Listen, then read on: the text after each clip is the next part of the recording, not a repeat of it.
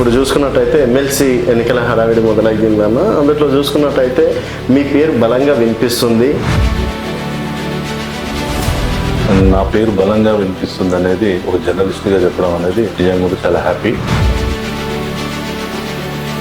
Party ఏ నిర్ణయం తీసుకుంటుందో party నిర్ణయాన్ని బట్టి మనం ఈ యొక్క ఎన్నికల్లోకి రావాలనేది అనుకుంటున్నాం. పార్టీని కాపాడుతున్నటువంటి వ్యక్తులలో మీరు కూడా ప్రముఖులనా?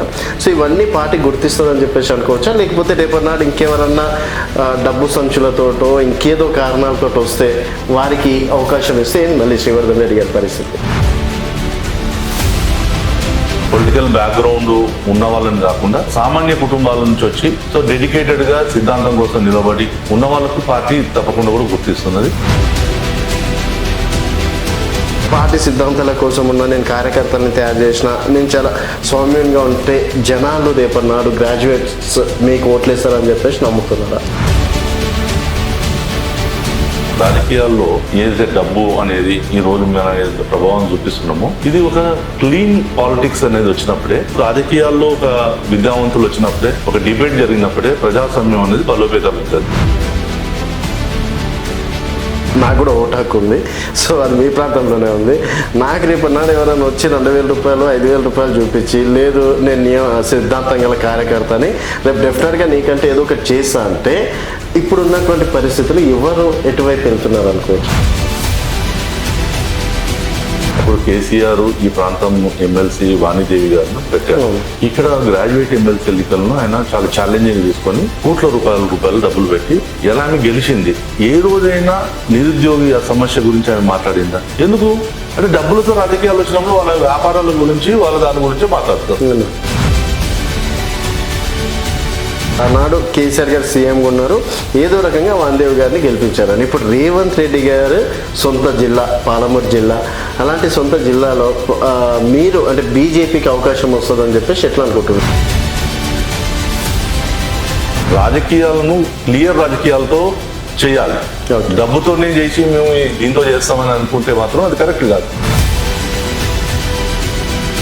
ఇలా కాంగ్రెస్ పార్టీ ఒకటి ఓడిపోతే ప్రభుత్వం పడిపోయేదేం లేదు, ఒకటి గెలిస్తే ప్రభుత్వం 10 ఏళ్ళు ఉంటుందని కూడా ఏం లేదు. వెల్కమ్ టు తెలంగాణ వెలుగు, నేను మీ రాజు.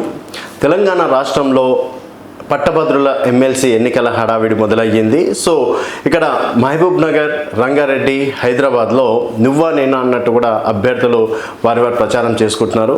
మరి ఇప్పుడున్నటువంటి కాంగ్రెస్ అధికారంలో ఉంది, ప్రతిపక్షంలో బీఆర్ఎస్ ఉంది, భారతీయ జనతా పార్టీ పశ్చిమ బెంగాల్లో గెలిచిన విధంగా ఇక్కడ ఈసారి పాగా వేయాలనుకుంటుంది. మరి ఎమ్మెల్సీ ఎన్నికల నుంచే బీజేపీ గెలుపు అనేది మొదలవుతుందా? అండ్ ప్రస్తుతం మనతో పాటు శ్రీవర్ధన్ రెడ్డి గారు ఉన్నారు, భారతీయ జనతా పార్టీ సీనియర్ నాయకులు. నమస్తే శ్రీవర్ధన్ అన్న. నమస్తే. ఎట్లున్నారు అన్న? బాగున్నాం. సో అన్న ఇప్పుడు చూసుకున్నట్టయితే ఎమ్మెల్సీ ఎన్నికల హడావిడి మొదలయ్యిందన్న, అందులో చూసుకున్నట్టయితే మీ పేరు బలంగా వినిపిస్తుంది. గతంలో మీకు ఎమ్మెల్సీ ఎన్నికలు కొత్త ఏం కాదు, గతంలో టీచర్స్ ఎన్నికల్లో కూడా స్వల్ప ఓట్లతో ఓడిపోయినటువంటి మీరు ఈసారి పట్టభద్రుల ఎన్నికల్లో బరిలో నిలుస్తున్నారని చెప్పేసి తెలుస్తుంది. సో ఏదన్నా సిద్ధమేనా ఎన్నికలకి? సో ఫస్ట్ మీకు థ్యాంక్స్, ఎందుకంటే నా పేరు బలంగా వినిపిస్తుంది అనేది ఒక జర్నలిస్ట్గా చెప్పడం అనేది నిజంగా కూడా చాలా హ్యాపీ. సో గ్రాడ్యుయేట్ ఎమ్మెల్సీ ఎన్నికలు 2027 మార్చిలో ఈ యొక్క ఎన్నికలు రాబోతూ ఉన్నాయి. సో ఈరోజు భారతీయ జనతా పార్టీ నుంచి నేను అనేక సంవత్సరాలుగా పనిచేస్తూ ఉన్నాను. ముఖ్యంగా ఏబీవీపీ నుంచి 1990 నేను విద్యార్థి దేశం నుంచి నా జర్నీ ప్రారంభమైంది. సో ఇప్పటికీ 36 సంవత్సరాలుగా ఇదే ఐడియాలజీతో ఉన్నా, ఇదే సిద్ధాంతంతో ఉన్నా, ఒకే పార్టీతో ఉన్నా. గతంలో కూడా నేను ఎమ్మెల్సీ ఎన్నికల్లో పోటీ చేశాను, మీ అందరూ కూడా తెలుసు. సో గతంలో 2007, 2011 2 నేను ఎమ్మెల్సీ ఎన్నికలు, టీచర్ ఎమ్మెల్సీ ఎన్నికల్లో సేమ్ ఇప్పుడు ఉన్నటువంటి హైదరాబాద్, రంగారెడ్డి, మహబూబ్నగర్లో మరి పోటీ చేయడం జరిగింది. సో ఇప్పుడు పార్టీకి నేను మా రాష్ట్ర అధ్యక్షులకు, అదేవిధంగా భారతీయ జనతా పార్టీ మా కేంద్ర మంత్రులు కిషన్ రెడ్డి గారికి, బండి సంజయ్ గారికి, అదేవిధంగా డాక్టర్ లక్ష్మణ్ గారికి, మరియు మా ఎంపీలకు, అదేవిధంగా పార్టీలో ఉన్న పెద్దలకు ఈ యొక్క అవకాశం ఇస్తే ఎన్నికల్లో పోటీ చేస్తా అని చెప్పేసి వాళ్ళకు అడగడం జరిగింది. సో పార్టీ నిర్ణయించేది ఏదైతే నిర్ణయిస్తుందో ఆ నిర్ణయం ప్రకారమే నేను నా యొక్క నిర్ణయం అనేది ఉంటుంది. ఎందుకంటే మీ అందరూ కూడా తెలుసు, నేను 2007లో పోటీ చేసే టైంలో నేను టీచర్ ప్రభుత్వ ఉద్యోగిగా పనిచేస్తున్నాను. ఓకే. సో ఆ టైంలో తెలంగాణ ఉద్యమం జరుగుతున్న సందర్భం. సో మొదటిసారి శాసన మండలి ఏర్పడ్డది. సో ఆపస్ ఆ రోజు ఆంధ్రప్రదేశ్ ఉపాధ్యాయ సంఘం టీచర్ యూనియన్లో ఉంది. సో ఆ రోజు తెలంగాణ ఉద్యమంలో విద్యార్థులను అదేవిధంగా ఉద్యోగుల్లో తెలంగాణ వాదాన్ని బలంగా తీసుకుపోవాలని ఆ రోజు సంస్థ నాకు ఒక విషయం చెప్తే, నాకు ఇంకా అప్పటికి 27 సంవత్సరాల సర్వీస్ ఉన్నది. ఓకే. అంటే నేను 7 సంవత్సరాలు కంప్లీట్ చేశా. ఏజ్ ఆఫ్ 32లో నేను రాజీనామా చేశా. చేసి రాజకీయాల్లోకి వచ్చా. వాస్తవంగా కూడా ఆ రోజు 2007లో ఆపస్ అనే సంస్థ ఏదైతుందో ఉపాధ్యాయ సంఘం, ఈరోజు అంటే తెలంగాణ ఆంధ్ర విడిపోయిన తర్వాత టీపీఎస్ తపస్సుగా ఉంది. సో ఈరోజు ఏవిఎన్ రెడ్డి ఎమ్మెల్సీ ఎన్నికలు గెలిచారు. ఈ సంస్థకు నేను ఆ రోజు పోటీ చేశాను. సో చాలా మంది మమ్మల్ని హేళన చేశారు, మా సంస్థను. అసలు నన్ను కూడా హేళన చేశారు. 32 ఏళ్ళ యువకుడు రావడం ఏంది. దాంట్లో ఆ రోజు రాష్ట్రంలో చూస్తే పిఆర్టీ అనేది ఒక బలమైనటువంటి సంస్థ టీచర్స్ యూనియన్లో. సో మోహన్ రెడ్డి గారు, అదేవిధంగా సుధాకర్ రెడ్డి అంటే ఈ రాష్ట్రంలో ఏకఛత్రాధిపత్యం ఉన్నటువంటి సందర్భం. సో నేను ఆ సందర్భంలో పోటీ చేశాను. పోటీ చేసినప్పుడు సుధాకర్ రెడ్డి గారు పిఆర్టీ నుంచి ఉన్న ఆయన కౌంటింగ్ జరిగేటప్పుడు ఆయన ఒక మాట అన్నాడు. సో ఆయన 36 సంవత్సరాల సర్వీస్ అయినది, ఇది ఉద్యోగం అయినది సర్వీసు. నాది 32 సంవత్సరాల యొక్క వయసు. సో కౌంటింగ్ జరుగుతూ ఉన్నప్పుడు ఆ రోజు రాజేందర్ బాబు అని చెప్పేసి జేఎల్స్ అసోసియేషన్ ప్రెసిడెంట్ ఆయన. సో ఆయన చాలా ఇన్ఫ్లుయెన్స్డ్ పర్సన్. రాజేంద్ర బాబు అంటే లెఫ్ట్ ఓరియంటేషన్లో ఒక రకంగా ఆర్ఎస్యూలో చాలా బలమైనటువంటి నాయకుడు. నా ముందు ఆయన ఎలిమినేట్ అయిపోయారు.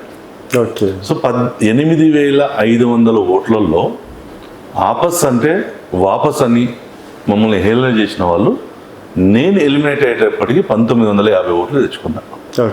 సో ఆ రోజు సుధాకర్ రెడ్డి గారు ఎమ్మెల్సీ గెలిచి ఒకటే అన్నారు, సో నీకు భవిష్యత్తు ఉంది.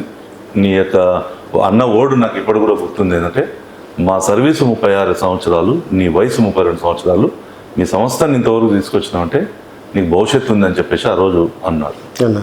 సో అట్లా నేను అంటే మా సంస్థ ఆ రోజు పెద్దలు, నాకున్న బ్యాక్గ్రౌండ్ ఏవి పెద్దలు కావచ్చు, సంఘ పెద్దలు కావచ్చు, భారతీయ జనతా పార్టీ ఆ రోజు చెప్తే నేను ఉద్యోగాన్ని వదిలిపెట్టి వచ్చాను. అట్లనే రెండోసార్లు 2011లో కూడా పోటీ చేశాను. మాకు 4 ఇయర్స్కే వచ్చింది మళ్ళీ అవకాశం. వచ్చినప్పుడు పోటీ చేసినప్పుడు కూడా మొత్తం 14,500 ఓట్లలో నాకు దాదాపు 4,500 ఓట్లు వచ్చింది. డబల్. అంటే మా షేరు ఎప్పుడు కూడా 30%, 35% వచ్చాయి. ఈ ఎలిమినేట్ రౌండ్లో నాకన్నా ముందు ఇంకెవరైనా ఎలిమినేట్ అయితే నేను గెలవడం అనేది జరిగేది. సో అందుకోసం అది కొంత వస్తని చెప్పాలంటే రాజకీయంలో కొంత అదృష్టం కూడా ఉండాలి. సో అది జరిగింది అప్పుడు ఉన్న దాంట్లో. అయితే ఇప్పుడు నేను పార్టీకి కూడా ఏంటంటే 2 సార్లు షాద్నగర్ నుంచి కూడా ఎమ్మెల్యే పోటీ చేశాను. సో పార్టీలో పనిచేస్తూ ఉన్నాను. 2023 ఎలక్షన్లో కూడా అప్పుడు నా age actual 48. So party social ఈక్వేషన్లో మా దగ్గర అందే బాబాయ్ను పార్టీ అభ్యర్థిగా పెడుతున్నామని చెప్పినప్పుడు కూడా నేను ఎక్కడ కూడా పార్టీలో ఎక్కడ వ్యతిరేకించలేదు, లేకపోతే అసమ్మతి వర్గం చేయలేదు. సో పార్టీ నిర్ణయాన్ని కట్టుబడి నేను ఆ యొక్క పార్టీ కోసం, పార్టీ ఎన్నికల కోసం నేను కష్టపడడం జరిగింది. సో ఇప్పుడు ఒక అవకాశం, ఎందుకంటే గతంలో రామచంద్రరావు గారు ఈ యొక్క ఎన్నికల్లో పోటీ చేశారు. సో ఇవాళ మా రాష్ట్ర అధ్యక్షుడు కాబట్టి సో వారిని కూడా ప్రపోజల్ ఒక అవకాశం ఇవ్వాలని చెప్పేసి మరి పెట్టాను. సో ఇప్పటికి చాలామంది మిత్రులు చెప్తున్నారు మీలాగనే, సో వస్తే బాగుంటుంది, సో మీరు రావాలి అని కోరుకునే వాళ్ళు కూడా చాలామంది ఈరోజు అడుగుతూ ఉన్నారు. సో పార్టీ ఏ నిర్ణయం తీసుకుంటుందో పార్టీ నిర్ణయాన్ని బట్టి మనం ఈ యొక్క ఎన్నికల్లోకి రావాలనేది మన భారతీయ జనతా పార్టీలో ఏంటంటే ఏబీపీ కావచ్చు, సంఘంలో ఉండే వారికి మొదటి ప్రిఫరెన్స్ ఇస్తుంది. అందులో పార్టీ మారకుండా మీలాగా సిన్సియర్ ఉండేటోళ్ళని మాత్రం డెఫినెట్గా గుర్తిస్తుంది అని చెప్పేసి అయితే అంటే నానుడు ఉందన్న. సో ఈరోజు శ్రీవర్ధన్ రెడ్డి గారు 2023 ఎన్నికల్లో టికెట్ త్యాగం చేసినప్పటికీ, తర్వాత ఇప్పటికీ పార్టీ మారకుండా పార్టీలో కార్యకర్తల్ని కాపాడుకుంటూ వస్తున్నప్పటికీ, అండ్ షాద్నగర్లో ఝాన్సీ గారి తర్వాత పార్టీని కాపాడుతున్నటువంటి వ్యక్తులలో మీరు కూడా ప్రముఖులనా?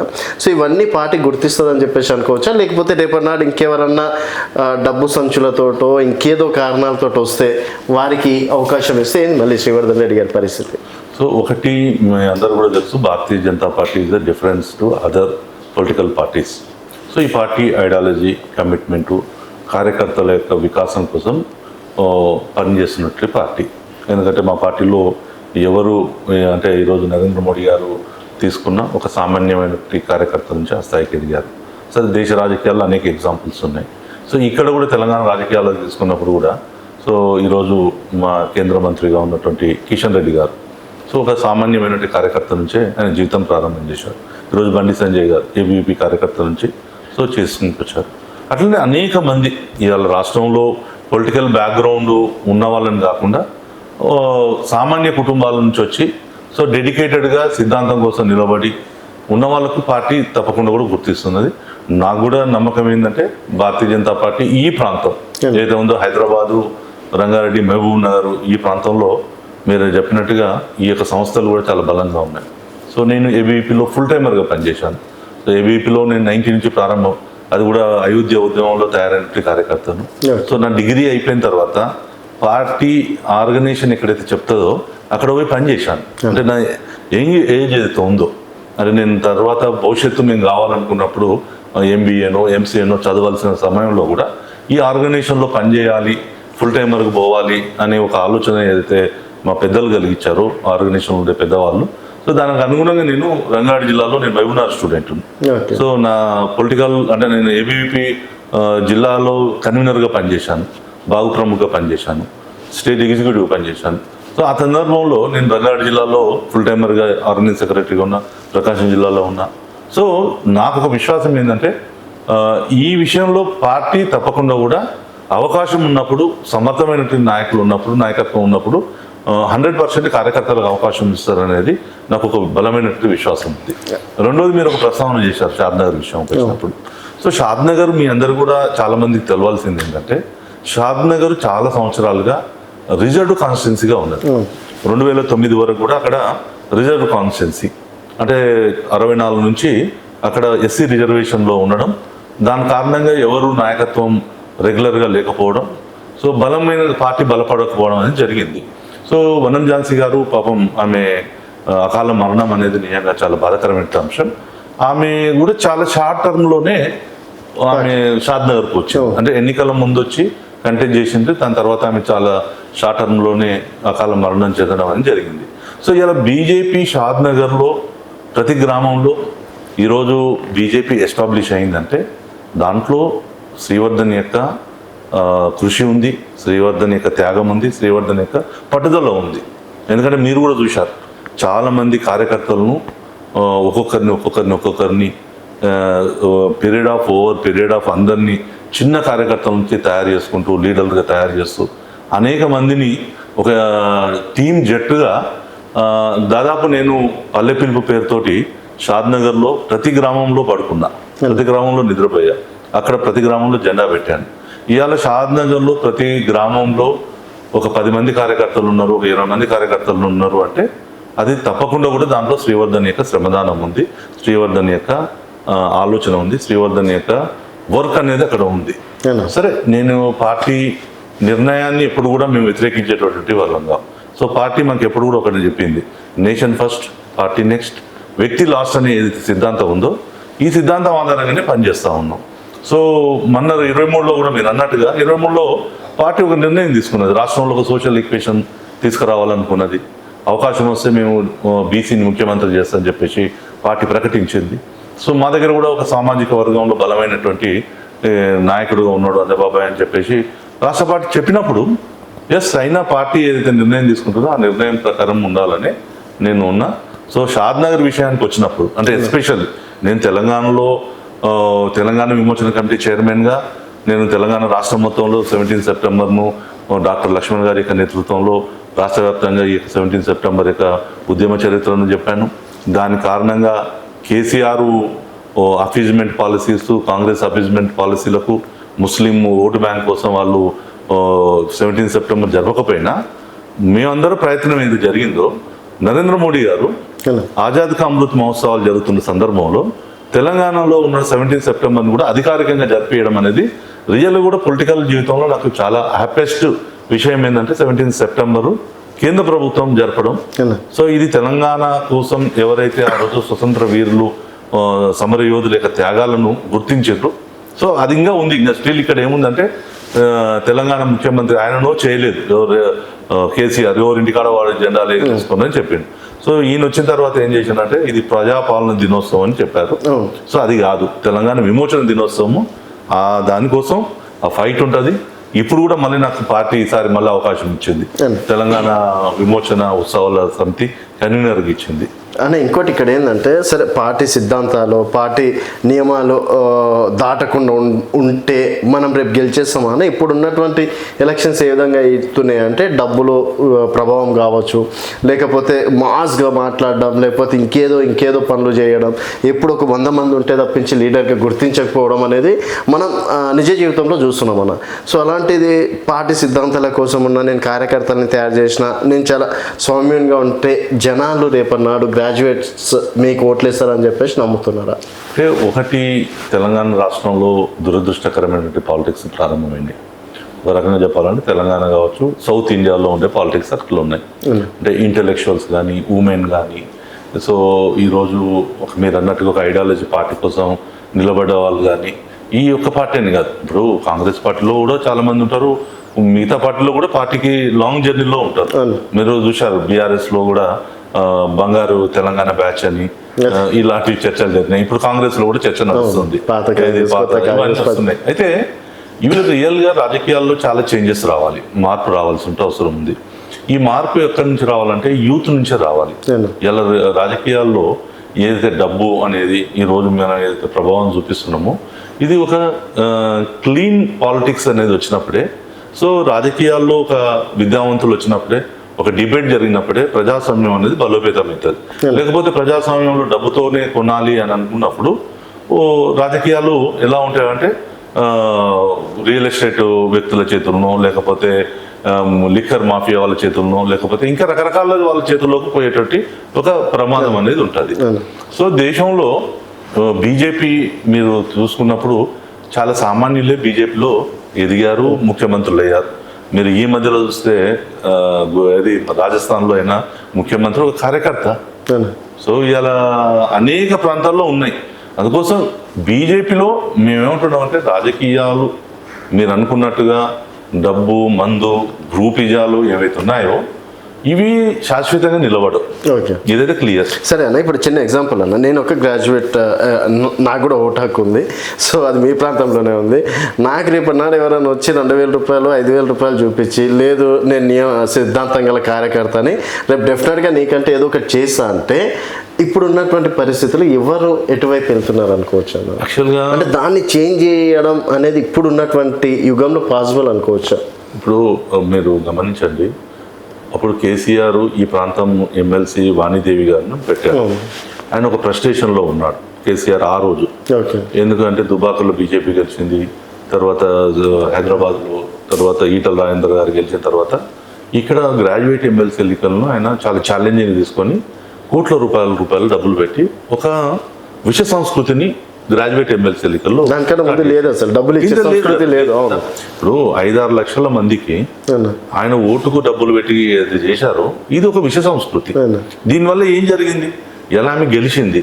ఏ రోజైనా ఒక నిరుద్యోగి ఆ సమస్య గురించి ఆమె మాట్లాడిందా? లేదు. ఈ రోజు రాష్ట్రంలో చూస్తున్నారు, ఎంతో మంది ఉద్యోగులు, ఉపాధ్యాయులు, విశ్రాంతి యొక్క ఎవరైతే ఉద్యోగులు ఉన్నారో, పెన్షనర్స్ ఉన్నారో, వీళ్ళ సమస్య గురించి ఆమె మాట్లాడిందా? మాట్లాడలేదు. ఎందుకు అంటే డబ్బులతో రాజకీయాలు వచ్చినప్పుడు వాళ్ళ వ్యాపారాల గురించి, వాళ్ళ దాని గురించి మాట్లాడతారు. సో ఇవాళ మేమేమంటున్నామంటే బీజేపీ కూడా, మేము ఈ కాంగ్రెస్ ప్రభుత్వం వచ్చిన తర్వాత 2 ఎమ్మెల్సీలు గెలిచాం. అటు అంజిరెడ్డి గారు, తర్వాత కొమరయ్య గారు.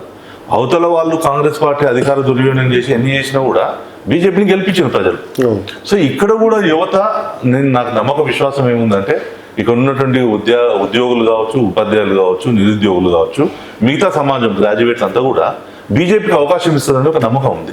ఎందువరకు ఉందంటే ఇలా మా రామచంద్రరావు గారి యొక్క నేతృత్వంలో పాపం రిటైర్డ్ అయినటువంటి ఎంప్లాయీస్కు ఈ ప్రభుత్వము ఏదైతే డబ్బు మరి మనం ఉన్నటువంటి పిఎఫ్ను, తర్వాత ఉద్యోగులకు రావాల్సినటువంటి రిటైర్మెంట్ బెనిఫిట్ను ఇవ్వకుండా వేల మందిని ఇబ్బంది పెడుతున్న సందర్భంలో మా రాష్ట్ర అధ్యక్షుడు ధర్నా తీసుకున్నాడు, వాళ్ళకు అండగా నిలబడ్డాడు. చాలా మంది చనిపోయారు. ఎందుకు చనిపోయారు? పైసలు వస్తలేవు వాళ్ళకు, వీళ్ళు ఇచ్చినటువంటి హెల్త్ స్కీములు పనిచేస్తలేవు, మంచి వైద్యం చూపించుకోలేకపోయినరు, పిల్లల పెళ్లిళ్ళు చేయలేకపోయినరు, కొంతమంది ఒక రకంగా మానసిక క్షోభతోటి పోయారు. సో ఆ రోజు బీజేపీ అండగా నిలబడ్డది. అట్లనే ఇవాళ టీచర్స్ కూడా చాలా మందికి, ఇలా ఉద్యోగులందరూ కూడా వాళ్ళకు ఈ ప్రభుత్వం వచ్చిన తర్వాత పిఆర్సీ ఇంతవరకు ఇవ్వలేదు, తర్వాత 5 DAలు ఇంకా ఇవ్వాలి. సో రేవంత్ రెడ్డి ప్రభుత్వం మీద ఉద్యోగులు, ఉపాధ్యాయులు, యువకులు అందరూ కూడా కోపంగా ఉన్నారు. దాన్ని అడ్రస్ చేసింది ఓన్లీ బీజేపీ. ఇక్కడ మీరు ఒక మాట అన్నారు, ఆనాడు కేసీఆర్ గారు సీఎంగా ఉన్నారు, ఏదో రకంగా వాందేవ్ గారిని గెలిపించారని. ఇప్పుడు రేవంత్ రెడ్డి గారు సొంత జిల్లా పాలమూరు జిల్లా, అలాంటి సొంత జిల్లాలో మీరు అంటే బీజేపీకి అవకాశం వస్తుందని చెప్పేసి ఎట్లా అనుకుంటున్నాను? ఎవరైనా సరే ఒక సీఎం గుండి డెఫినెట్గా గెలిపించుకోవాలని అనుకుంటారు వాళ్ళ జిల్లాలో. సో అలాంటి శ్రీవర్ధన్ రెడ్డి గారు గెలుస్తారని. ఫస్ట్ పాయింట్ మీరు గమనించండి, ముఖ్యమంత్రి మహబూబ్నగర్ పార్లమెంటులో ఆయన్ని చెప్పుకున్నారు, 11, 15, 20 మీటింగ్లు పెట్టినా ఆయన ప్రజలు బీజేపీని గెలిపించారు అని చెప్పి ఒప్పుకున్నాడు. అర్థమైంది కదా. ఒకటైతే ఆల్రెడీ బీజేపీ గెలిచి చూపించినాం. ముఖ్యమంత్రి గారు మీటింగ్లు పెట్టిన, అధికారం ఉపయోగించిన బీజేపీ అభ్యర్థి డికే అరుణ గారు గెలిచిండ్రు. సో రేపు మీకు ఇంకొక చిన్న విషయం చెప్తాను. ఇవాళ ఇదే ముఖ్యమంత్రి రేవంత్ రెడ్డి గారు 2007లో నేను టీచర్స్ ఎమ్మెల్సీగా పోటీ చేశాను, ఆయన లోకల్ బాడీ ఎమ్మెల్సీగా పోటీ చేశాను. వాస్తవంగా ఆయన కూడా టీచర్స్ ఎమ్మెల్సీ ఎన్నికల్లో పోటీ చేయాలని పిఆర్టీ యూనియన్తో ఆ రోజు మీటింగ్లు పెట్టుకొని ఆయన పోవాలనుకున్నారు. సో ఆ సందర్భంలో వారికి మాకున్న పరిచయాలు, వాళ్ళ తమ్ముడు రేవంత్ రెడ్డి వాళ్ళ తమ్ముడు కృష్ణారెడ్డి, మేమంతా సేమ్ బ్యాచ్మెంట్స్. ఆయన కూడా మహబూబ్నగర్లో చదివేవాడు, నేను ఏబీపీ లీడర్గా ఉన్నప్పుడు కృష్ణారెడ్డి పాలిటెక్నికల్లో స్టూడెంట్గా ఉండే. సో ఆ సందర్భంలో మాట్లాడారు, టీచర్స్కి వేయరు అన్న, నాన్ టీచర్స్కి వేయరు అనేది ఆ రోజు డిస్కషన్లో వచ్చింది. సో ఆయన ఆ రోజు ఎట్లా ఒక యువకునిగా ఎలా అయ్యాడో ఆయనకు తెలుసు. సో నేనేమంటున్నానంటే రాజకీయాలను క్లియర్ రాజకీయాలతో చేయాలి, డబ్బుతోనే చేసి మేము దీంతో చేస్తామని అనుకుంటే మాత్రం అది కరెక్ట్ కాదు. ఇలా కాంగ్రెస్ పార్టీ ఒకటి ఓడిపోతే ప్రభుత్వం పడిపోయేదేం లేదు, ఒకటి గెలిస్తే ప్రభుత్వం ఇంకో 10 ఏళ్ళు ఉంటుందని కూడా ఏం లేదు. ఇది వాస్తవం. భారతీయ జనతా పార్టీకి ఎందుకు వేయాలంటారు? ఎందుకంటే ఇప్పుడు నెక్స్ట్ అక్కడ మహబూబ్నగర్ చూసుకున్నట్టయితే అంతో 2 స్థానాలు ఎమ్మెల్యే స్థానాలు వాళ్ళు ఉన్నారు. తర్వాత ఇక్కడ రంగారెడ్డి జిల్లాలో చూసుకున్నట్టయితే వాళ్ళ ఎమ్మెల్యేలుగా ఉన్నారు మెజార్టీగా. తర్వాత కాంగ్రెస్ పార్టీ వాళ్ళు మహబూబ్నగర్ జిల్లాలో దాదాపుగా 12, 13 నియోజకవర్గాలు వాళ్ళు ఉన్నారు. సో వాళ్ళ బలగం అంతగానం ఉండగా భారతీయ జనతా పార్టీ గెలుస్తుందని ఏ విధంగా నమ్ముతున్నారు మీరు? సో మీరు లాస్ట్ గ్రాడ్యుయేట్ ఎమ్మెల్సీ ఎన్నికల్లో కూడా రామచంద్రరావు గారు చాలా స్వల్ప ఓట్లతో ఓడిపోయారు. యాక్చువల్గా రామచంద్రరావు గారు 2015 ఎమ్మెల్సీ ఎన్నికల్లో గెలిచిన తర్వాత నిజంగా కూడా ఆయన చాలా అడ్రస్ చేశాడు. ఇవాళ చాలామంది మీరు గ్రాడ్యుయేట్ టీచర్ ఎమ్మెల్సీ ఎన్నికల్లో చూశారు, కానీ రామచంద్రరావు గారు ఆ రోజు ఈ 3 జిల్లాల్లో ఎక్కడ సమస్య వచ్చినా అన్ని విషయాల్లో మాట్లాడారు. కౌన్సిల్లో ఉద్యోగుల తరఫున మాట్లాడారు, నిరుద్యోగుల గురించి మాట్లాడారు, తర్వాత రాష్ట్రంలో అనేక సమస్యలను ఆయన అడ్రస్ చేశారు. వాళ్ళు అంత పెద్ద ఫోర్స్తో మంత్రులు, ముఖ్యమంత్రి అందరికీ కింది వరకు, అంటే ఒక గ్రామ పంచాయతీలో సర్పంచ్ గెలవడం ఈజీ కానీ వార్డు మెంబర్ గెలవాలంటే కష్టం, ఎమ్మెల్యే గెలవడం ఈజీ కానీ సర్పంచ్ గెలవడం కష్టం. అట్లా ఆయన ఆ రోజు టాస్క్ ఇచ్చిన మేము చాలా స్వల్ప ఓట్లతో ఓడిపోయాం. సో ఈ 6 ఏళ్ళలో మేము ఒకటే అడుగుతున్నాం, వాణిదేవి గారు ఇవాళ ఒకరి సమస్య గురించి మాట్లాడలేదు. ఇవాళ బీఆర్ఎస్ను ప్రజలు పట్టించుకున్న పరిస్థితుల్లో లేరు. ఇట్ ఈస్ అవుట్డేటెడ్ అయిపోయింది. ఎందుకంటే తెలంగాణలో లోకసభ ఎన్నికల్లో మీరు చూశారు, 10 ఏళ్ళు పరిపాలించినటువంటి పార్టీ ఒక 0 సీట్ వచ్చేసింది. ఇవాళ వాళ్ళ ఎమ్మెల్యేలను కాపాడుకునే పరిస్థితుల్లో లేరు. ఇప్పటికి 10 మంది ఎమ్మెల్యేలు పోయినారు, రేపు ఎలక్షన్ల వరకు ఎంతమంది పోతారో వాళ్ళకి కూడా తెలియనటువంటి పరిస్థితిలో ఉంది. సో ప్రజలు ఇవాళ చాలా క్లారిటీ, తెలంగాణలో ఆల్టర్నేటివ్స్ బీజేపీ కాంగ్రెస్కు. అందుకోసమే జరిగిన 3 ఎమ్మెల్సీ ఎన్నికలు జరిగితే 2 బీజేపీ గెలిచినాయి, ఒకటి పిఆర్టీ సంబంధించిన యూనియన్ గెలిచింది. సో ఇక్కడ గ్రాడ్యుయేట్ ఎమ్మెల్సీ ఎన్నికల్లో బీజేపీని ఎందుకు గెలిపిస్తారంటే ఇవాళ బీజేపీయే ఇక్కడ గెలిపించాల్సిన అవసరం ఉంది.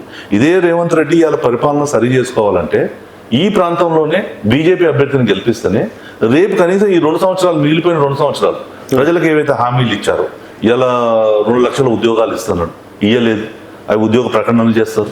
ఇవాళ పిఆర్సీ ఇస్తున్నాడు, ఇంతవరకు పిఆర్సీ కమిటీ లేదు, రిపోర్టు లేదు, అసలు ఎప్పుడు ఇస్తారని కూడా చెప్పట్లేదు, దాంట్లో లేడు. సో రేపు ఏమవుతుంది, బీజేపీ గెలిచిన తర్వాత ఇది స్టార్ట్ అయిపోతుంది. తర్వాత డిఏలు ఇస్తాడు, రేపు ఈ రోజు బీజేపీ ఆ రోజు ధర్నా చేసిన కారణంగానే మన తపస్సు టీచర్స్ యూనియన్ దాదాపు 5,000 మంది స్వచ్ఛందంగా, నేనేమంటున్నా తెలంగాణ రాష్ట్రం ఏర్పడిన తర్వాత ఒక స్వచ్ఛందంగా వచ్చి ఒక సమస్య కోసం ఉపాధ్యాయులకు వాణి ఇప్పించినటువంటి ఒక పెద్ద సంస్థ. అంటే ఉపాధ్యాయ రంగంలో ఇవాళ ఉపాధ్యాయుల్లో ఈ ప్రభుత్వం మీద విపరీతమైనటువంటి ఒక అసంతృప్తితో ఉన్నారు.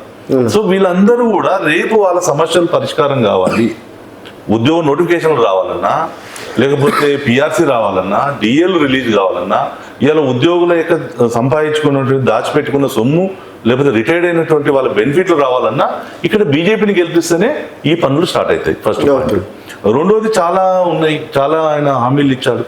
ఇలా ఉమెన్ ఎంపవర్మెంట్ గురించి మహిళలకు 2,500 అన్నారు, తర్వాత 4,000 అన్నారు, ఇక 420 హామీలు ఉన్నాయి, 86 గ్యారంటీలు ఉన్నాయి. నేనేమంటుంటే పొలిటికల్గా ఈ అన్నిటికన్నా అతి ముఖ్యంగా ఈ ఎమ్మెల్సీలో పనిచేసేది ఏంటంటే రేపు ఇక్కడ మార్పు, బీజేపీ గెలిస్తే వచ్చే మార్పు ఏంటంటే కనీసం ఈ సమస్యలు ఏదో చెప్పాను నేను ఇప్పుడు, ఉద్యోగ ఉపాధ్యాయులు నిరుద్యోగులు ఈ సమస్యలు వింటాడు, ఈ సమస్యల కోసం పోతాడు. నిజంగా ఆయన రాజకీయాల్లో ఉండాలనుకుంటే ఇది కాంగ్రెస్ పార్టీ ఇప్పటికే భూస్థాపితం అయితే అంటే కూడా ఇక అది గంతవరకే ఉంటుంది, అది ఆరుతోటే అయిపోతుంది. సో మొత్తానికైతే అంటే విద్యార్థుల మీద నమ్మకం ఉందాను, ఎందుకంటే ఇప్పుడు అంతా జంజీ యుగం నడుస్తుంది, యువకులకు అవకాశం ఇవ్వాలి అది ఇది అని చెప్పేసి. సో ఈ జంజీలంతా రేపు బీజేపీ వైపు మీ వైపు ఉంటారని చెప్పేసి భావిస్తున్నారా? సో ఎందుకంటే రీసెంట్గానే విద్యాశాఖ మంత్రిని రాజీనామా చేస్తే మరి భారతీయ జనతా పార్టీకి అది ఎంతవరకు ప్లస్ అయిందో మరి ఎంతవరకు మైనస్ అయిందో తెలియదు. సో అది బీజేపీకి ఒక రకంగా మచ్చనే అనుకోవచ్చు కదా మరి ఇప్పుడున్న గ్రాడ్యుయేట్ల. సో మీరు అంటే మన జరిగినటువంటి నీట్ ఎగ్జామ్ పేపర్ యొక్క వ్యవహారం అనేది ఏదైతే ఉందో ఇది ద డిఫరెంట్ ఆఫ్ యాంగిల్. వాస్తవంగా మీ అందరూ కూడా తెలుసు, మేలో నీట్ ఎగ్జామ్ యొక్క పేపర్ లీకేజ్ అయినప్పుడు ఈ ప్రధాన ప్రతిపక్షమైన కాంగ్రెస్ పార్టీ ఏం మాట్లాడలేదు, రాహుల్ గాంధీ ఫెయిల్ అయిపోయారు. సో భారతీయ జనతా పార్టీ నరేంద్ర మోడీ ప్రభుత్వం అప్పటికే చర్యలు చేపట్టింది. సో దాని మీద ఎవరైతే లీకేజ్లో ఉన్నారో వాళ్ళ విషయంలో అడ్రస్ చేసింది, దానికి సంబంధించినటువంటి వాళ్ళ మీద చర్యలు కూడా ప్రారంభించింది. సరే, దాంట్లో దేశంలో ఉన్నటువంటి ఏదైతే ఉందో కొన్ని శక్తులు కావచ్చు, లేకపోతే యూత్ ముందుకొచ్చి మాట్లాడినప్పుడు జరిగిన పరిణామాల్లో భారతీయ జనతా పార్టీ యువత యొక్క భవిష్యత్తును దృష్టిలో పెట్టుకొని ప్రభుత్వం ధర్మేంద్ర ప్రధాన్ యొక్క రాజీనామాను యాక్సెప్ట్ చేయించింది. సో వాళ్ళ కోసం నరేంద్ర మోడీ గారు మీరు గమనించండి, వాళ్ళని అడ్రస్ చేస్తూ యూత్కు డైరెక్షన్ ఇస్తూ అనేక అంశాలు చెప్పాడు. అనేక అంశాలను ఆయన 12 సంవత్సరాల్లో ఇంప్లిమెంటేషన్ చేస్తున్నారు. మీరు గమనించాల్సింది ఏంటంటే దేశం అంతా కూడా ప్రపంచం అంతా మారుతూ ఉంది. ఈ జంజీలు కోరుకున్నటువంటి ఆస్పిరేషన్ ఇండియా కావాలి అంటే రోడ్ కనెక్టివిటీని పెంచాడు, రైల్వే కనెక్టివిటీని పెంచాడు, ఎయిర్ కనెక్టివిటీని పెంచుతున్నారు. అదేవిధంగా స్టార్టప్ ఇండియా మీద మేక్ ఇన్ ఇండియాలో ఇక్కడ ఉన్నటువంటి యూత్, ఇక్కడ ఉన్నటువంటి చదువుకున్న వాళ్ళకి ఇక్కడ అవకాశాలు ఇచ్చారు. సో అనేక స్టార్టప్ కంపెనీలకు గవర్నమెంట్ సపోర్ట్ చేస్తుంది. ఇలా స్టార్టప్లు ప్రపంచంలో మనం నెంబర్ 1 స్థానంలో ఉన్నాం. ఇక్కడ నుంచి ఉన్నటువంటి యూత్ ప్రపంచంలో ఉన్నారు. మీరు ఈ మధ్యనే చూశారు, రాకెట్ ఏదైతే లాంచింగ్ చేశారో ప్రైవేట్ సెక్టర్లో 2 యువకులు ఏదైతే చేశారో. ఈ పాలసీ ఎందుకు వచ్చింది? నరేంద్ర మోడీ ప్రభుత్వం వచ్చిన తర్వాత. సో అందరికీ అవకాశాలు ఇవ్వాలి అని చెప్పి చేస్తున్నారు కాబట్టి సో యూత్ ఇప్పటికీ ఎప్పటికీ కూడా బీజేపీనే వాళ్ళు అభిమానిస్తారు, బీజేపీనే వస్తారు. మీరు అదే కూడా చూశారు, అదే జంతర్ మంతర్ దగ్గర మాట్లాడినప్పుడు ఏమన్నారు, మళ్ళీ మోడీ కావాలని అన్నారు. సో పాలసీలో తప్పులు జరిగినాయి, బట్ మా ఆస్పిరేషన్ ఇస్ మోడీ అని చెప్పారు. సో ఆయన ఏ విధంగా ఉందో భారతీయ జనతా పార్టీ కూడా అదే విధంగా ఉంది. ఇవాళ మా జాతీయ అధ్యక్షుడు మీరు చూశారు, ఎంత 46-48 ఏళ్ళ జాతీయ అధ్యక్షుడు వచ్చారు. అవతల మీరు చూస్తున్నారు ఖర్గే గారు 85 ఏళ్ళు 90 ఏళ్ళు ఉన్నాయి, ఇలాంటి వాళ్ళు ఉన్నారు. సో ఇక్కడ జంజీలు 100% భారతీయ జనతా పార్టీని ఈ యొక్క ఎన్నికల్లో కూడా సపోర్ట్ చేస్తారు, అదేవిధంగా భవిష్యత్తులో కూడా సపోర్ట్ చేస్తారు. అయితే దీంట్లో ప్రధానంగా గమనించాల్సిన అంశం ఏంటంటే ఉద్యోగ ఉపాధ్యాయ ఈ యొక్క విశ్రాంతుల యొక్క సమస్య ఒకటి ఉంది, నిరుద్యోగుల సమస్య ఒకటి ఉంది. సేమ్ టైం ఇవాళ ఐటీలో చాలామంది జాబ్ చేస్తున్నారు. సో ఈ ఐటీలో జాబ్ చేసే వాళ్ళందరూ కూడా ఒక రకమైనటువంటి ఇన్సెక్యూరిటీగా ఉన్నారు, ఇన్సెక్యూరిటీ పొజిషన్లో ఉన్నారు. ఎందుకు ఇన్సెక్యూరిటీగా ఉన్నారంటే ఇలా ఉద్యోగాలు ఎప్పుడు పోతామని చెప్పేసి దాంట్లో ఉన్నారు. సో దీన్ని అడ్రస్ చేయాల్సిన అవసరం ఉంది. సో వాళ్ళకు కూడా ఏ కంపెనీ అయినా ఒక ఉద్యోగ భద్రతను ఇవ్వాల్సిన అవసరం ఉంది. ఎందుకంటే ఇవాళ వాడు 10 ఏళ్ళ నుంచి పని చేస్తుంటాడు, రేపు మార్నింగ్ క్విట్ అని చెప్తే ఎక్కడ పోవాలి? సో వానికి ఒక లేఅవుట్ ఇచ్చినప్పుడు వానికి ఒకటి ఉంటుంది. కాబట్టి ఈ విషయాల్లో చేయాలి. ఒకటి.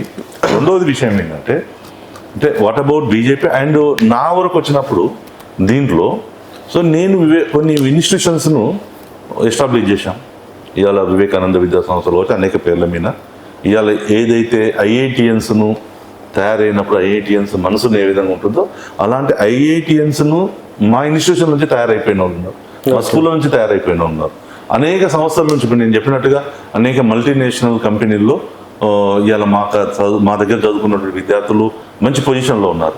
సో వీళ్ళందరినీ అడ్రస్ చేసేటటువంటి ఇక సమస్యలు ఏముందంటే నాకు అంతా కూడా అవగాహన ఉంది.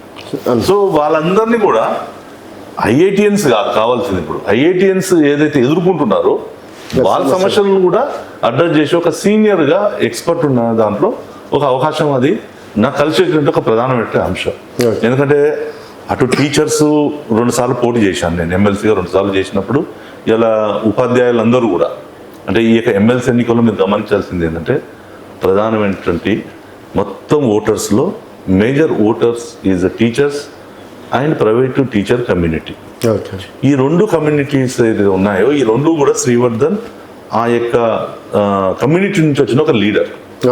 ఇలా టీచర్లకు నేను 2 సార్లు చేయడం వల్ల ఇలా అందరూ అంటే ఇక్కడ ఉన్నటువంటి అన్ని ఉపాధ్యాయ వర్గాలన్నీ కూడా సో మా రిప్రజెంటేటివ్గా ఒక పొలిటికల్ లీడర్గా ఉండి రేపు అవకాశం వస్తే శ్రీవర్ధన్ వస్తే మనకు బాగుంటుంది అనేది ఒక వర్గం వాళ్ళలో ఆలోచన ఉంది. మీరు అనుకుంటుంటే అక్కడ ఉన్నటువంటి నిరుద్యోగులు కావచ్చు వాళ్ళలో ఉంది. ఇవాళ మీరు టీచర్లు మళ్ళీ మీరు చేస్తారు కదా అది జర్నలిస్ట్గా రేపు మళ్ళీ చాలా మంది ఇంటర్వ్యూ చేస్తారు. సేమ్ టైం ఇలా గమనించాల్సింది ఏంటంటే తెలంగాణలో ప్రైవేట్ విద్యా సంస్థలు ఏదైతుందో ఇక్కడ తెలంగాణలో ఉన్నటువంటి ప్రైవేట్ విద్యా సంస్థలు ఇది సింగిల్ మేనేజ్మెంట్స్ కావు. ఏదో ఒక మల్లారెడ్డి గ్రూప్ కావచ్చు లేకపోతే కొంతమంది తప్ప. సో 99% ఆఫ్ గ్రూప్ ఏంటంటే మంచి క్వాలిఫైడ్ చదువుకున్నటువంటి యువకులు నిరుద్యోగులు ఇక్కడ చాలా మందికి ఒక మంచి విద్యను అందించాలనే దాంతో విద్యా సంస్థలను ఏర్పాటు చేసుకున్నారు. అండ్ ఇక్కడ చిన్న డౌట్ ఏంటంటే అన్న ఇప్పుడు సరే ఊర్లలో అన్నప్పుడు కొంతవరకు క్యాష్ ఫీలింగ్స్ కావచ్చు తర్వాత పార్టీ ఫీలింగ్స్ అనేది ఉంటుంది. ఇప్పుడు ఒక గ్రాడ్యుయేట్ ఎమ్మెల్సీ ఎన్నికల్లో డిగ్రీ అయిపోయిన 3 సంవత్సరాల వాళ్ళకి అవకాశం ఇస్తారు. అంత ఎడ్యుకేటెడ్గా అంత అవగాహన ఉండేటోళ్ళకి ఓటు హక్కు ఉంటుంది. ఇక్కడ వ్యక్తులను చూస్తారా పార్టీలను చూస్తారా లేకపోతే ఇక్కడ కూడా కుల రాజకీయాలు ఏమన్నా నడుస్తాయి అనుకోవచ్చా? సో నేనంటే తెలంగాణలో మీరు అన్నట్టుగా వ్యక్తి యొక్క అంశం చూస్తారు, పార్టీ యొక్క పాలసీ చూస్తారు. తెలంగాణలో కులాలు అనేది అంటే మనం ఇక్కడ ప్రస్తావన తక్కువ. ఇక్కడ ఐడియాలజికల్ ఫైట్స్ అనేది ఉన్నాయి, ఐడియాలజికల్ పోరాటాలు ఉన్నాయి. ఇలా ఐడియాలజికల్గా చనిపోయినటువంటి అనేక మంది ఈ యొక్క వ్యవస్థలు ఉన్నాయి. సో క్యాండిడేచర్ కూడా ఒక ప్రధానమైన అంశంగా కూడా ఉంటుంది. ఎందుకంటే ఇక్కడ వచ్చేటువంటి వ్యక్తి ఎవరు అనేది కూడా ఒక ప్రధానమైనటువంటి అంశంగా కూడా పరిగణలోకి తీసుకుంటారు. వ్యక్తి మంచోడైతే పార్టీలకు అతీతంగా ఓట్లేస్తారా అంటే 2 విషయాలు నేను ఏమంటున్నానంటే వెంకయ్యనాయుడు గారు చెప్తుండే ఫస్ట్ పార్టీని చూడండి తర్వాత వ్యక్తిని చూడండి అని వారు చెప్పేదాంట్లో కొన్ని ఉంటుండే. సో నేనేమంటున్నానంటే ఇలా రాజకీయంలో ఒక అభ్యర్థి గెలవడానికి అనేక ఫ్యాక్టర్స్ దీంట్లో అవసరం ఉంది. ఎందుకంటే వ్యక్తికి సంబంధించినటువంటి ఎక్స్పీరియన్స్ కూడా ఉంటుంది, అనుభవం ఉంటుంది, తర్వాత కమిట్మెంట్ కూడా చూస్తారు. ఇలా కమిట్మెంట్ ఏంటంటే మీరు స్టార్టింగ్లో అన్నారు ఇది పార్టీకి ఇన్ని ఏళ్ళు ఉన్నామంటే ఇలా కమిట్మెంట్ ఇది. సో 36 సంవత్సరాల నుంచి ఒక ఐడియాలజీతో ఉన్నప్పుడు చాలామంది మమ్మల్ని క్వశ్చన్ చేస్తుంటారు. సో నీ లక్ష్యం ఎమ్మెల్యేనో నీ లక్ష్యం ఎంపీఓ ఎమ్మెల్సీ అయితే దానికి ఏముంది భయ్ లక్ష్యం చేరుకోవడానికి మార్గాలు ఏదైనా చూసుకోవచ్చు కదా అని అన్నారు. కానీ మేము నేర్చుకున్నటువంటి స్కూల్ ఆఫ్ థాట్స్లో ఏంటంటే so nation first party next ideology అంటే వ్యక్తి లాస్ట్ అనే దాంట్లో సో మా కాన్షియస్ ఒప్పుకోలేదు. సో ఈ ఐడియాలజీతోటే ఉన్నాం. సో ఇక్కడ కూడా భారతీయ జనతా పార్టీని కూడా భవిష్యత్తులో తెలంగాణలో ప్రజలు ఆదరిస్తారు. 100% 29లో బీజేపీ అధికారంలోకి వస్తుంది. ఈ ఎమ్మెల్సీ ఎన్నికల్లో కూడా బీజేపీ అభ్యర్థులనే వీళ్ళు ఆదరిస్తారనే ఒక విశ్వాసం ఉంది. రెండోది అదే మీకు ఇక్కడే కొద్దిగా కట్ అయిపోయింది. ప్రైవేటు ఇన్స్టిట్యూషన్స్ ఏవైతే ఉన్నాయో ఇలా రాష్ట్రంలో చాలా సంక్షోభంలో ఉన్నాయి. దీనికి ప్రధాన కారణం ఏంది? Fee reimbursement. ఈ ప్రభుత్వం వచ్చిన తర్వాత ఫీ అసలు ఇవ్వలేదు ఇంతవరకు. గత ప్రభుత్వం ఒక అకాడమిక్ ఇయర్ డబ్బులు డ్యూ పెట్టిపోయింది, 3 సంవత్సరాలు అంటే అయిపోయింది. ఇవాళ ఎవరైతే తెలంగాణలో మీకు ఇంతకుముందు చెప్పినటువంటి ఒక క్వాలిఫైడ్స్ నిరుద్యోగులు కలిసి ఇన్స్టిట్యూషన్స్ పెట్టారో వాళ్ళందరూ కూడా ఆర్థికంగా ఇబ్బంది పడిపోతున్నారు ఒకవైపు. రెండోది విద్యార్థులు కూడా ఈ ఫీజు రీయింబర్స్మెంట్ కారణంగా బలహీన వర్గాలు వెనుకబడిన వర్గాలు, ఆర్థికంగా వెనుకబడిన అనేక మంది ఇలా ఉన్నత విద్యను చదువుకోలేకపోతున్నారు, దానికి దూరం అయిపోతున్నారు. సో ఇది ఈ కాంగ్రెస్ ప్రభుత్వంలో జరుగుతుంది కాబట్టి సో ఈ అంశాలను కూడా అంటే నేను ఇంతకుముందు చెప్పాను కదా, బీజేపీలో మీకున్న బలం ఏంది, మీకే ఎందుకు టికెట్ ఇవ్వాలి అని అన్నప్పుడు సో ఇక టీచర్ కమ్యూనిటీకి శ్రీవర్ధన్ సమస్యలు తెలిసిన వ్యక్తి, ఇటు ప్రైవేట్ రంగంలో ప్రైవేట్ టీచర్స్ ఎంత ఇబ్బందులు ఉన్నారో మాకు తెలుసు. ఇలా మనం ఒక డ్రైవర్కి 25,000 రూపాయలు మనం శాలరీ ఇవ్వగలుగుతున్నాం. డబుల్ పీజీలు చేసి డిగ్రీ పీజీలు చేసినటువంటి వాళ్ళకు 15,000 20,000 రూపాయల కన్నా ఎక్కువ లేనటువంటి పరిస్థితిలో ఉన్నారు. అంటే దీనికి ఎందుకు ప్రధానమైన కారణం అంటే రాష్ట్రంలో ఈ ప్రభుత్వాల యొక్క పాలసీల వల్ల జరుగుతున్న ఒక ఇబ్బంది. సో వీళ్ళు కరెక్ట్గా ఉన్నప్పుడు వాళ్ళందరూ కూడా మంచిగా చూసుకుంటారు కదా. సో ఇలాంటి పరిస్థితులు ఉన్నాయి కాబట్టి రేపు భవిష్యత్తులో నేను ఒకటే ఏమంటుందంటే, మీరు బీజేపీలో మీకు టికెట్ వస్తుందా లేదా అంటే నేను పార్టీ ఏదో నిర్ణయం ఉందో దాని కొరకు ఉన్నా, కానీ పార్టీ ఏది ఆదేశించినా దానికోసం సిద్ధంగా ఉంటాయి ఎప్పుడు. అది సో చూద్దాం మన పార్టీ మీరు అన్నట్టు లాయల్గా ఉన్న వాళ్ళని, లేకపోతే ఒక ప్రభుత్వ ఉద్యోగం ఈ రోజుట్లో రావాలి, అందులో టీచర్ ఉద్యోగం ఈక్వల్ టు కలెక్టర్ ఉద్యోగం అని చెప్పేసి అంటుంటారు. అంత పెద్ద త్యాగం చేసిన మీకు మరి పార్టీ అలాగే జంజీలు యువకులు కావచ్చు, మీకున్న సర్కిల్ టీచర్స్ కావచ్చు, ప్రైవేట్ ఎంప్లాయీస్ కావచ్చు ఎంతవరకు సహకరిస్తారు అనేది చూద్దామన్నా. మళ్ళీ మీకు టికెట్ వచ్చిన తర్వాత మళ్ళీ కలిసే ప్రయత్నం చేద్దాం. And thank you so much. ఇది శ్రీవర్ధన్ రెడ్డి గారితో స్పెషల్ చిట్ చాట్. మరొక గెస్ట్తో మళ్ళీ కలుద్దాం. చూస్తూనే ఉండండి తెలంగాణ వెలుగు.